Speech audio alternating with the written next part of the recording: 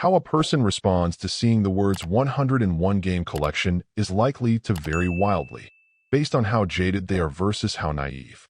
There's a more casual and green crowd out there who'll instantly think of the per-game cost and the resulting potential for value, if even a few are good. On the exact opposite end, there are then people who know that the ordeal of sitting through 100 different mini-games will inevitably waste enough of their time, regardless of the result, that it couldn't possibly end well.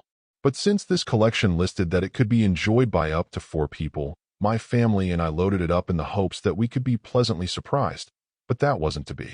The idea here is likely that this can be a one-stop shop of some casual fare, working through mini-games of all sorts of different flavors and having some leisurely fun.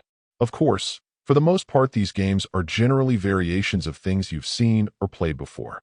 Whether it's something you've played on your phone, on a tablet, in the classic arcades, or perhaps as a budget offering on a proper game system, most gamers should recognize the inspirations much of the collection are based on.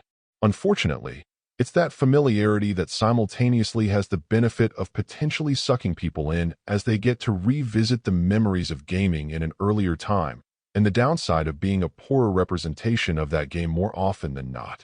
It seems like it could be difficult to water down pretty bare-bones basic mobile games in particular, but in many cases this collection has managed to do just that.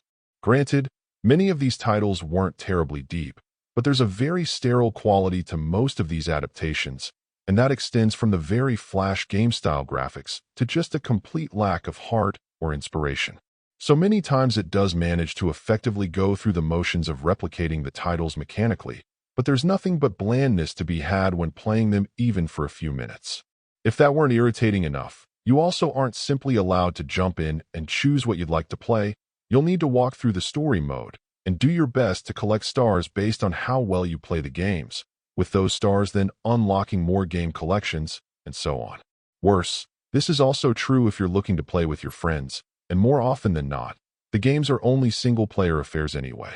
You'd think there would at least be an option to jump into the multiplayer games, allowing you to tackle unlocking the single-player ones in story mode later, but that isn't on the table. All of this together makes the majority of play time with this title an exercise in frustration, and I'd say from just about any angle it's just a disappointing mess. Overall, my final score for the game ended up being a 5.4. And if you're interested in picking it up, it's currently available on the Switch eShop for $29.99. Thank you for taking the time to listen to this review. And if you'd like more information or ideas of indie games worth checking out on Switch, be sure to click on the link provided in the description. Until next time.